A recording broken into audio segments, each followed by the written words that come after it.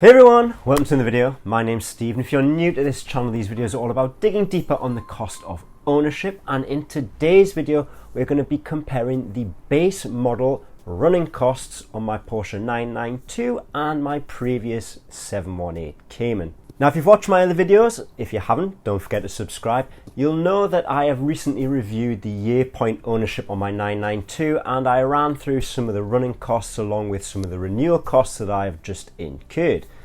I haven't, however, ever addressed the costs for running my 718 Cayman. I have done a video where I looked at the finance and depreciation that it cost me for the year of ownership, but I've never actually been through and looked at the running costs. Before I bought that car, I did check on them. It's just that was back in 2018. So what I've done is to create a video on that. Rather than just run through those costs, I'm going to do a comparison between the two entry-level models. Now, I bought that 718 Cayman mainly because I wanted to jump into the brand, but I wanted to get one of the latest models of cars. At the time I went in to go and buy a 718, I couldn't order a car from the factory. They weren't producing them, so I had to take what was available, and that was a 3-month-old demonstrator with 3,000 miles on it. Fortunately, it was in the colour that I wanted. It was also the spec close enough to what I would have ordered myself. It did have the 20-inch wheels on, and it was also PDK. So it makes it ideal for looking at running costs in comparison to my 992, as that comes standard with the staggered 1920s, and it's also a PDK as a C2. So for me, I did check those costs out like I say in 2018, but obviously that was 3 years ago now. So this is going to be an interesting comparison for anybody that's possibly looking at doing similar to me, choosing maybe to go in the 718 to start with or going just straight to the 992 to just see how close those running costs might be just against the value of both cars. Again, if you haven't watched any of the videos, there is a 5 things video where I will run through the 5 costs of my 992. Now, that's not just specific to the 992. I would do that with every car that I was buying, new or second hand, just to see how much it's going to cost me in ownership later on outside of finance if I'm taking it. So just to do a quick recap, and we'll run through them one by one with the comparison from one model to the other. But the first one is insurance, the second one is road tax, third is fuel, fourth is tyres, and the fifth is the servicing. Now, on my 718, I only kept it for just under a year. It was the second year of ownership that I didn't quite move into, so I didn't get to the end of that where I'd be due the first service, and I also didn't get through enough miles to take on any new tyres. So looking at this now, it'll be an interesting one for me because obviously costs change all the time, and if I was going to go back to a Cayman, what would the cost be like? So getting straight into it, we'll go to the first one, which is insurance. Now, I'm going to treat these two cars as if they were brand new with the figures that they cost when they're spec'd. So my 718 came in at about £52,000 off spec, and the 992 was just over 85. So if we take a look at this, I basically insure my cars at Admiral here in the UK. I had a tough time in March reinsuring my car for the second year.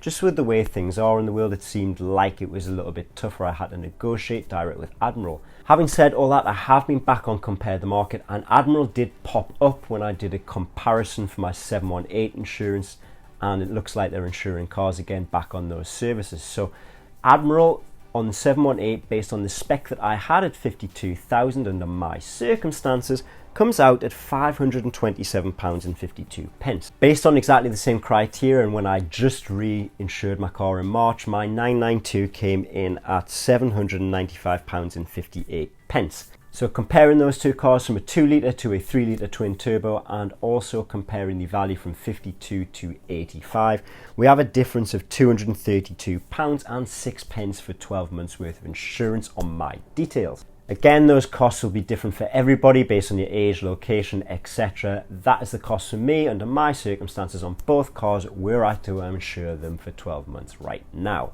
The second one is road tax. Now, here in the UK, if you're buying the car brand new and it is over £40,000 when bought, you're circumstantial to a premium on your first year's road tax based on the emissions that they generate.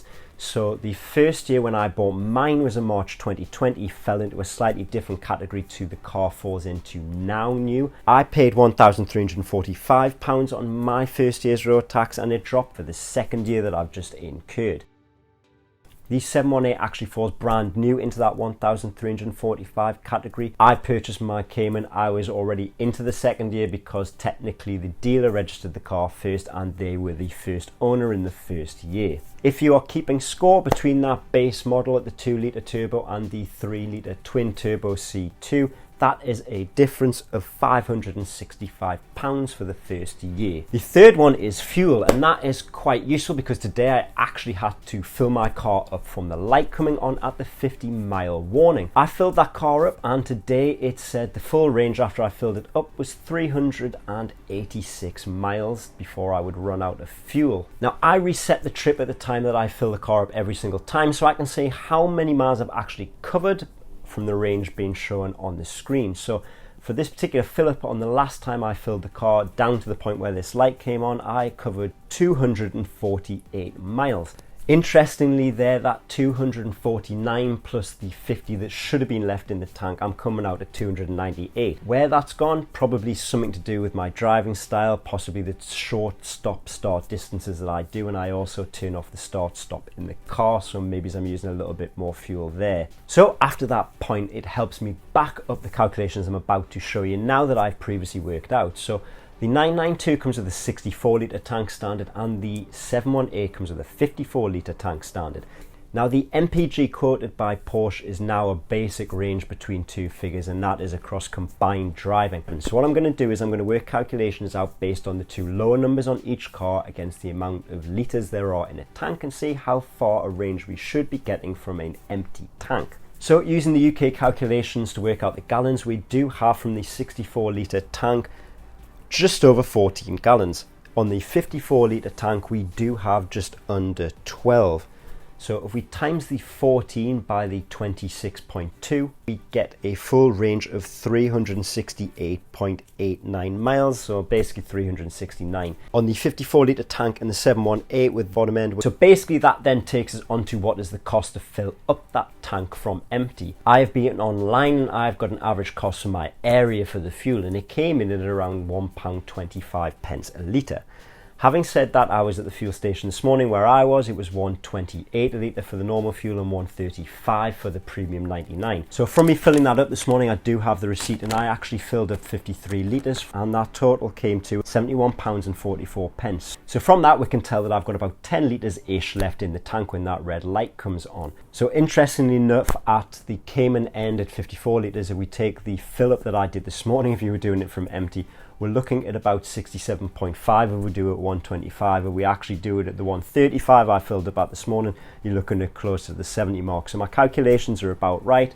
That's how much it's costing. And I do remember when I was filling my Cayman up, it was somewhere around the 60 to 70 pound mark. Now we come to the fourth one, which is tyres. Now I have recently just looked at the web configurator when I was trying to figure out what the tyre sizes were on the 718 that I owned. Now when I go back onto that configurator, they have actually just added a new little function where there's a little tyre symbol next to the eye on the screen above where the wheels are.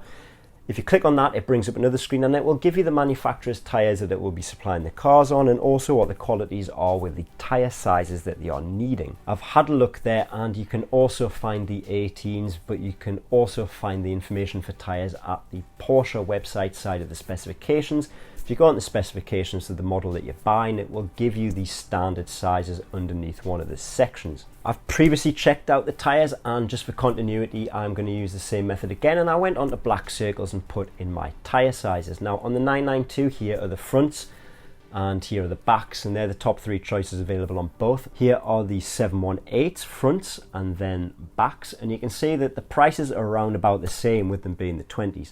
I did have a look and the 18s are coming in around £30–40 a tyre cheaper on average when I was looking through all of the costs. Tyres, again, you can put any tyres on you want there really, and the cost's going to be whatever the best deal is you can get at the time. Having said that, if we work on the top price, whether I'm getting the 20s on the 718 or I'm getting the 20s on the 992, were I to do all four corners at the same time, I'm looking at somewhere around the £1,000 mark fitted.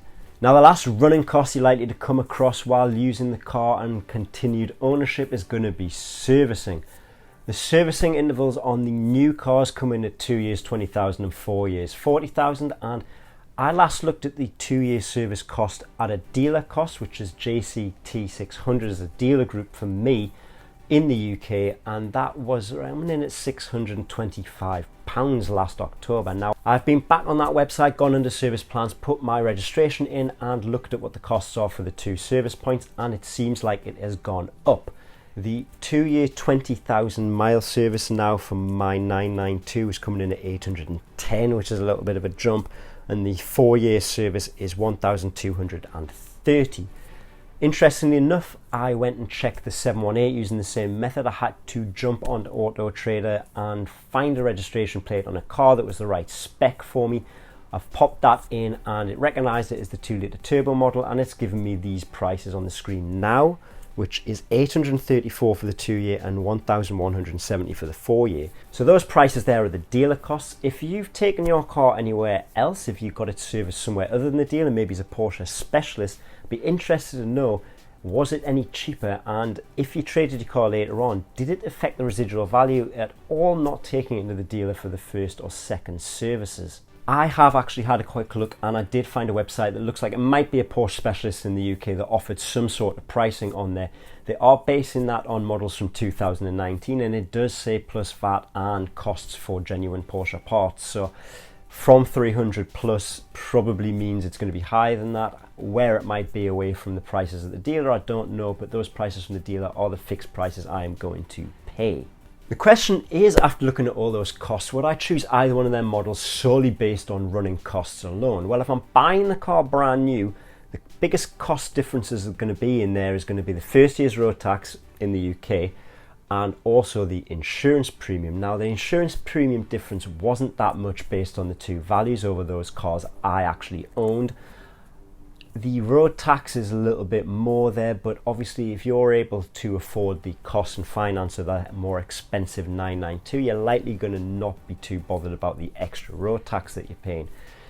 If you don't really have a problem with the finance on either, it's also just going to be down to which car you prefer. Do you want the 2-seater mid-engine Cayman, or do you want the 2+2 992 911 shape? If I'm looking at the cars second hand, well, the road tax is the same in the UK here for both years, so that's irrelevant. The tyres are going to be mostly the same if I've ended up higher speccing the alloys on a 718 as I had done, so I'm going to be fairly close with those as well. And the service costs are not too far away from each other either. So when it comes to second hand, again, it's probably down to the value of the cars. And if I've been savvy or I've found a good deal in the marketplace, I might be able to choose one or the other, depending on how much money I actually want to spend. I hope you found all that information useful. If you're enjoying the videos, please don't forget to subscribe and like, and I will see you again in another one. Thank you very much. Bye.